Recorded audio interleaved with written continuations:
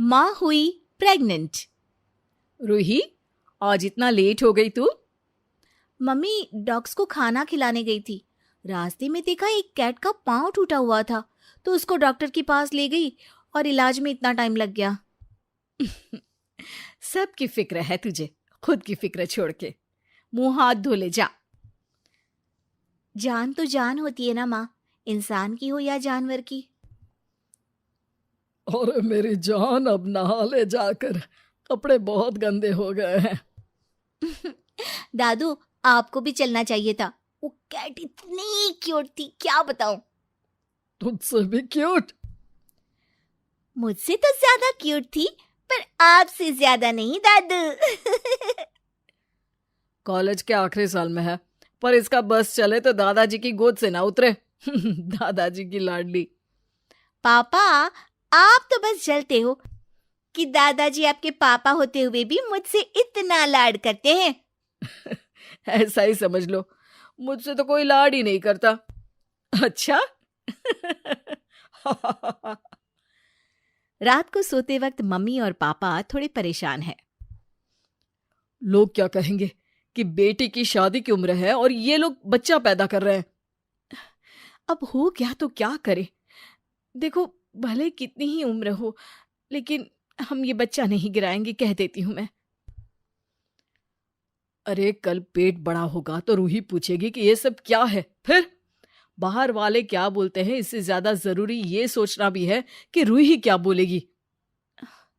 आप बात करो ना उससे। नहीं नहीं, मुझसे नहीं होगा। बच्चा तो हो गया तुमसे। अरे तुम कर लो ना प्लीज, मैं सो रहा हूं। इतने गैर जिम्मेदार हो तभी तो बच्चा हुआ है। देखो, मुझे तुमसे लड़ना नहीं है। मम्मी के लिए ये नई टेंशन थी कि अब रूही को बताना पड़ेगा। अगले दिन मम्मी रूही को अकेले में देख के उससे कहती है, अब सुन रूही, तुझसे कुछ बात करनी है। अरे इतना फॉर्मल क्यों हो रही हो मम्मा, बोलो ना।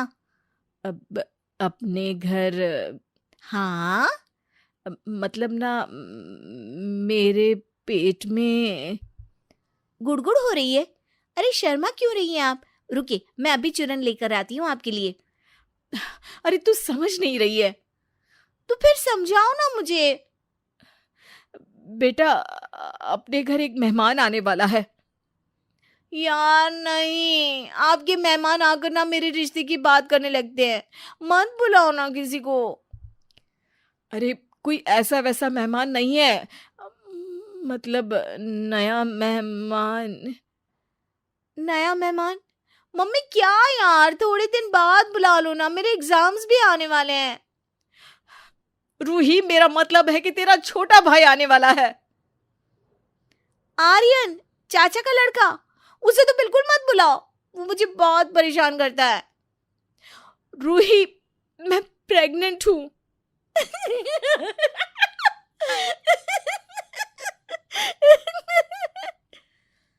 अरे क्या है ये रूही, हंस क्यों रही हो? अच्छा प्रैंक है। पर अगर मैं आपको बोलती तो आप ज्यादा डरते। रूही, ये मजाक नहीं है।